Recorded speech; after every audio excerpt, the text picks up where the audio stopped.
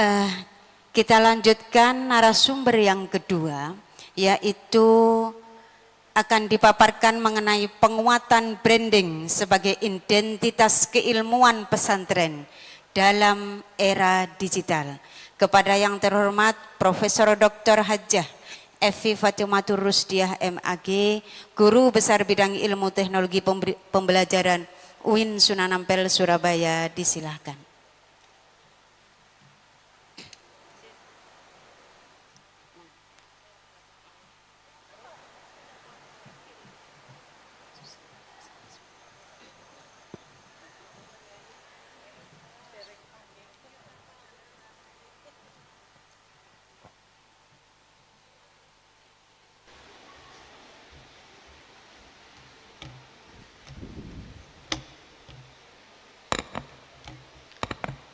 Assalamualaikum warahmatullahi wabarakatuh. Mohon izin Bapak Ibu semua, para bunyai, para kiai saya, para gus dan para ning saya, dan Bapak Ibu narasumber yang membersamai kami di hari ini, serta Bapak Ibu hadirin dan adik-adik semua dari siswa-siswi PPBU Bahrul Ulum Pondok Pesantren Bahrul Ulum Tambak Beras Jombang. Sekali lagi saya sapa biar lebih semangat. Assalamualaikum warahmatullahi wabarakatuh.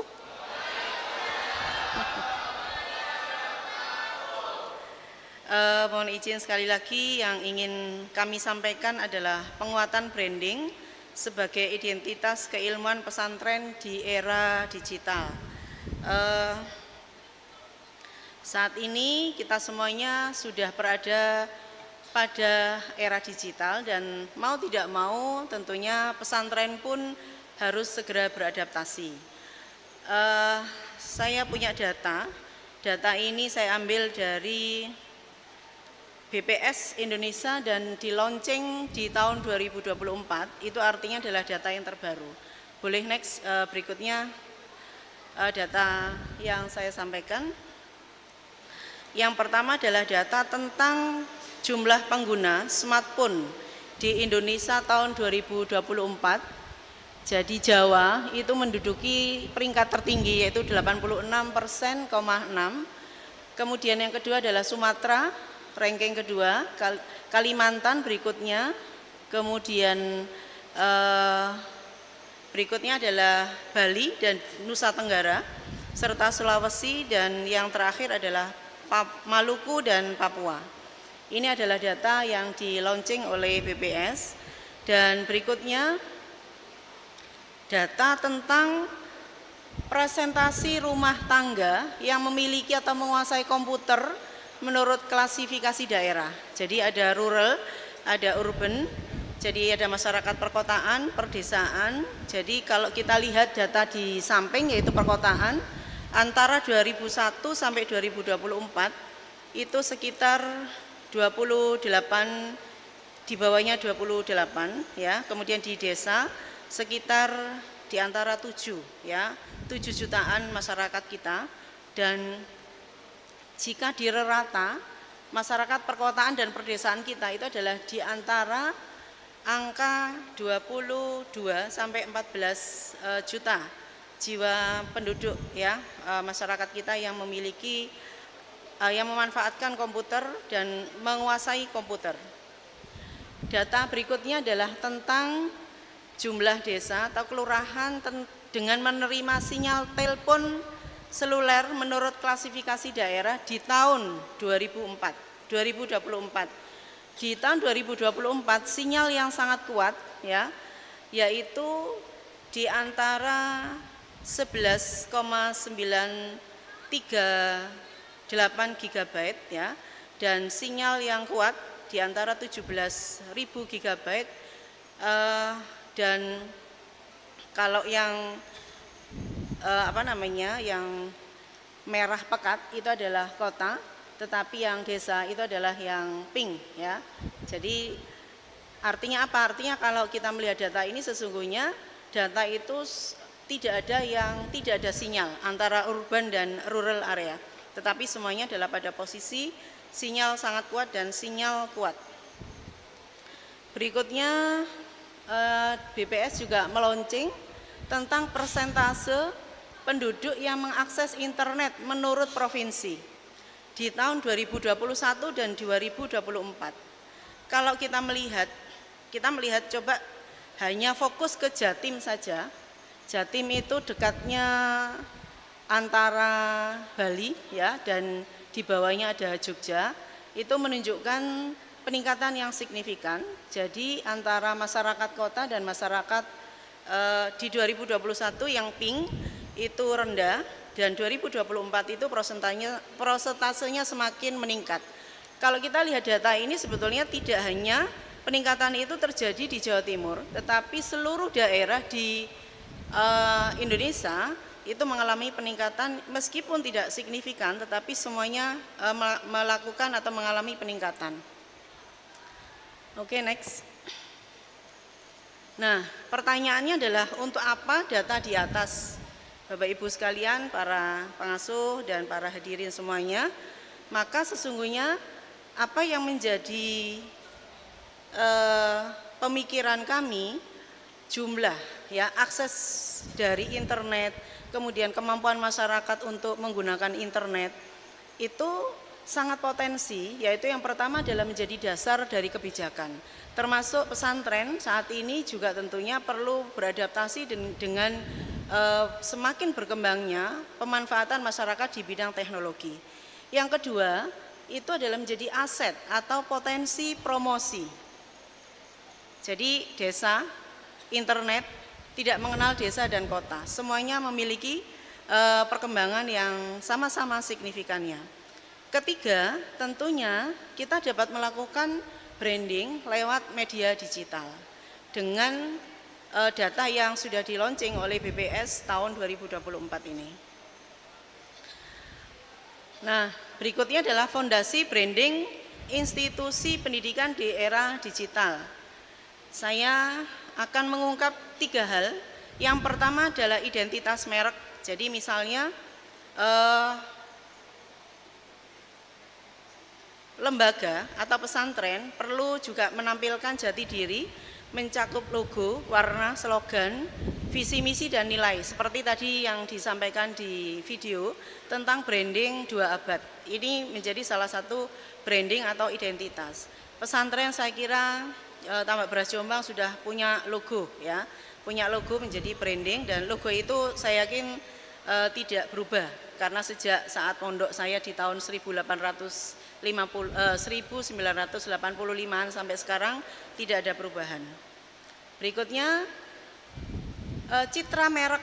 Jadi apa kira-kira yang menjadi brand image ya?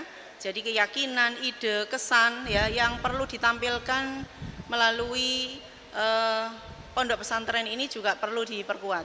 Yang ketiga adalah konsisten merek. Jadi kalau misalnya kita saat ini punya brand bahwa misalnya hari ini saya akan mendirikan pesantren atau ribat saya fokus kepada entrepreneurship, maka diupayakan selalu atau selamanya akan brand itulah yang akan menjadi daya tarik ya dari masing-masing pesantren. Nah, dari sini Bapak Ibu semuanya, dampak dari strategi branding ini sebetulnya sangat memungkinkan kita akan mendapatkan keunggulan yang kompetitif. Karena orang ketika mau melihat internet, mengklik ya di searching, di Google searchingnya ya, PP Bahrul Ulum Tambak Beras Jombang, maka akan muncul brand apa yang akan menjadi karakteristik atau menjadi warna untuk pesantren PP Bahrul Ulum Tambak Beras Jombang. Oke, yang kedua tentunya membangun kepercayaan dan loyalitas ya. Yang ketiga dapat meningkatkan daya tarik dan reputasi. Mendorong juga peningkatan kualitas internal. Jadi sesungguhnya ketika kita memiliki brand ini tentunya kalau tadi disampaikan oleh Prof. Mahfud tidak hanya sebagai jargon, tidak hanya sebagai slogan, tetapi ketika kita mampu merumuskan brand, maka sesungguhnya brand itulah yang akan menjadi nafas dari organisasi pesantren atau lembaga. Apakah itu pesantren, apakah itu sekolah, dan apakah itu madrasah. Nah, tipologi pesantren. Nah, tipologi pesantren ini juga bisa menjadi branding. Satu, pesantren salaf, kedua pesantren kholaf ya atau modern, dan yang ketiga adalah pesantren konvergensi atau pesantren campuran. Nah, ini mana yang nanti dipilih oleh ribat atau pesantren-pesantren yang nanti akan memunculkan atau memperkuat brandingnya. 7P ini juga bisa menjadi hal atau kerangka kerja dalam kita membuat branding, yaitu produk, price, place, ya, promotion, people, kemudian proses, dan physical evidence atau bukti fisik, misalnya fasilitas fisik, kemudian asrama, kemudian bukti digital apa, misalnya website yang sudah kita buat, ya, kemudian TikTok atau IG yang sudah dikembangkan oleh pesantren, ini bisa menjadi alat atau menjadi branding, ya, bukti fisik bahwa ada alat atau ada tempat untuk kita bisa melakukan branding. 4 poin untuk melakukan orkestrasi digital platform. Yang pertama tentunya pesantren, sekolah, madrasah harus punya website resmi. Yang kedua adalah punya medsos. Siapa sekarang yang tidak punya medsos? Yang ketiga, konten marketing atau SEO, ya. Jadi ini adalah ada publikasi artikel, blog. Jadi ketika punya medsos, punya media sosial atau website resmi, maka websitenya tidak hanya berupa gambar tetapi juga ada konten marketingnya. Dan perlu punya tim khusus digital. Jika ini 4 poin ini adalah akan melakukan orkestrasi dengan baik, maka termasuk di tim khusus digital perlu belajar tentang bagaimana melakukan algoritma, ya. Ketika orang akan mencari PPBU itu bagaimana, apa yang sesungguhnya ingin diinginkan oleh pesantren di Bahrul Ulum ini. Misalnya, kalau saya dulu sering mahasiswa saya ingin meneliti tentang pesantren ramah anak, itu selalu muncul dari pondoknya Bunyai Umdah. Nah, ini kan sebuah branding yang menarik untuk dikaji, dan bagi kami di perguruan tinggi itu bisa menjadi bagian dari tema riset-riset yang kami kembangkan. 3 strategi branding. Yang pertama, dapat kita manfaatkan alumni. Kemarin sudah terbukti, ya, banyak WA yang masuk ke saya. Teman-teman pesantren saya dari sebelah juga pada tanya, kenapa kok ini ada, dan mereka juga lagi menghimpun profesor di masing-masing pesantrennya. Tapi alhamdulillahnya Tambak Beras yang lebih tinggi jumlah profesornya, luar biasa, berkah doa dan restu dari Bapak Ibu Nyai dan Bapak Ibu Yai dan Nyai semuanya. Kemudian yang kedua adalah pelibatan alumni. Saya kira 2 hari ini menjadi salah satu contoh konkret bagaimana pesantren Bahrul Ulum melibatkan alumninya dalam melakukan branding. Kemudian hubungan masyarakat berbasis ukhuwah. Jadi branding juga tumbuh dari kepedulian sosial melalui pengabdian, kemitraan, dan kegiatan, ya, masyarakat di sekitarnya. Jadi 3 hal ini bisa menjadi 3 hal ini menjadi strategi bagaimana kita bisa melakukan branding. Nah, bagaimana dengan branding PP Bahrul Ulum Tambak Beras Jombang? Saya sebagai alumni tentunya mengamati dan merasakan. Yang pertama adalah Kiai Haji Abdul Wahab Hasbullah adalah sebagai figur atau tokoh Indonesia. Ini sudah branding yang tidak bisa kita tolak. Takdirnya PP Bahrul Ulum Tambak Beras Jombang itu adalah memiliki Kiai Haji Abdul Wahab Hasbullah. Tetapi what next, ya? Apa selanjutnya? Bagaimana dengan branding ribat yang ada di PP Bahrul Ulum Tambak Beras Jombang? Ini yang menurut saya perlu ada spesifikasi, perlu ada distingsi di setiap ribatnya. Contoh branding kelembagaan. Nah, sekali lagi bahwa branding ini adalah tidak hanya slogan, tetapi ini adalah sebuah citra diri. Ketika ini menjadi citra diri, maka tentunya perlu diawali dari visi misi, bagaimana programnya, kemudian apakah ada lead banknya, ya, tim lead banknya, apakah ada tim misalnya tadi digital marketingnya atau bagaimana, itu perlu difikirkan bersama. Misalnya contoh branding kelembagaan yang saya tampilkan di sini adalah beberapa branding yang digunakan oleh beberapa sekolah atau pesantren. Misalnya pesantren ramah anak. Yang kedua, madrasah atau sekolah unggulan berbasis riset atau edu research ya, smart academy. Kemudian sekolah kreatif ya dan seni atau kreasi Nusantara School. Keempat misalnya sekolah karakter dan kepemimpinan.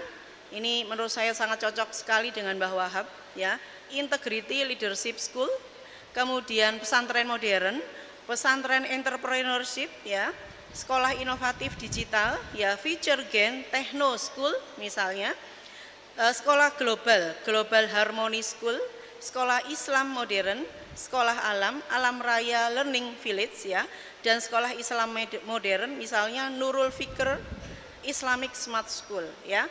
Beberapa branding ini saya kira sangat mungkin bisa kita adaptasi dan kita adopsi untuk menjadikan branding di masing-masing ribat yang ada di PP Bahrul Ulum Tambak Beras Jombang. Nah, contoh branding alumni. Siapa yang tidak kenal dengan Bu Menteri kita, Bu Ida Fauzia? Ya. Siapa yang tidak kenal? Kenal semua? Adik-adik saya yang saya tanya ini. Siapa yang tidak kenal sama Hilma Anis? Hah?